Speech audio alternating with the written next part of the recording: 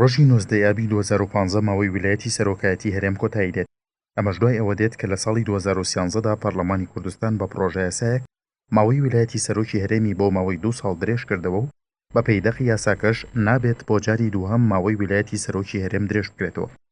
فراکسیۆنی گۆڕان لە پەرلەمانی کوردستان ڕۆژی 10 حوزەیرانی ئەم ساڵ پرۆژە یاسایەکی بۆ هەموارکردنەوەی یاسای سەرۆکایەتی هەرێم پێشکەشی سەرۆکایەتی پەرلەمانی کوردستان کرد. یاسای سەرۆکایەتی هەرێم لە 20 مادە پێکاتوە و فراکسیۆنی گۆڕانیش لە کۆی 20 مادەکە داوای هەموارکردنەوەی 16 مادە و زیادکردنی مادەیەکیشی کردووە. لە پرۆژە یاساکەدا جەخت لەسەر سیستەمی پەرلەمانی کراوەتەوە و بەپێی تایبەتمەندیەکانی ئەو سیستەمەش داوای هەموارکردنەوەی یاسای سەرۆکایەتی هەرێم کراوە.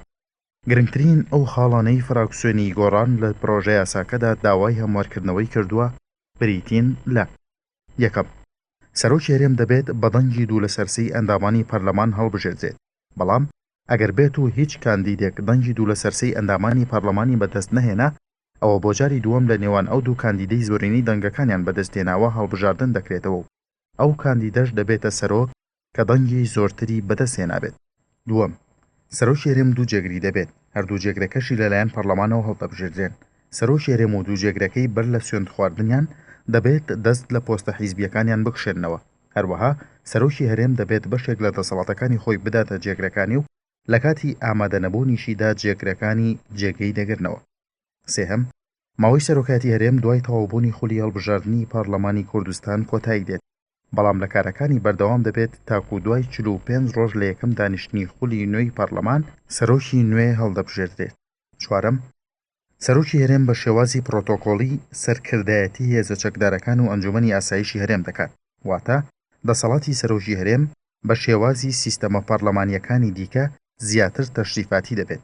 بەکردار سەرکردایەتی هێزە چەکدارەکان و ئەنجومەنی ئاسایش دەدرێتە ئەنجومەنی وەزیران.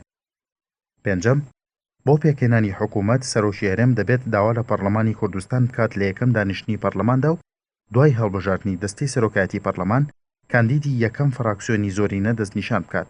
دوای دەستنیشانکردنیشی سەرۆکی هەرێم کاندیدەکەی فراکسیۆنی زۆرینە ڕادەسپێرێت بۆ ئەوەی لە ماوەی 30 ڕۆژدا حکوومەت پێک بێنێت، بەڵام ئەگەر بێت و لەو ماوەیەدا نەیتوانی حکوومەت پێک بێنێت، ئەوە سەرۆکی هەرێم دەبێت کاندیدی دووەم فراکسیۆنی ناو پەرلەمان بۆ پێگەێنانی حکوومەت ڕابسپێرێت.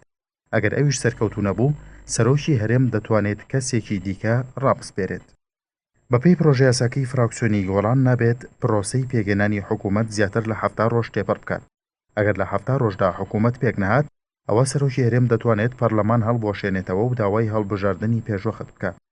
شەشەم، پەرلەمان دەتوانێت سەرۆکی هەرێم لە پۆستەکەی دوور بخاتەوە ئەگەر بێت و 40 ئەندام پەرلەمان داوا بکەن و دوو لە سەرسەی ئەندامانی پەرلەمانیش دەنگی لەسەر بدەن.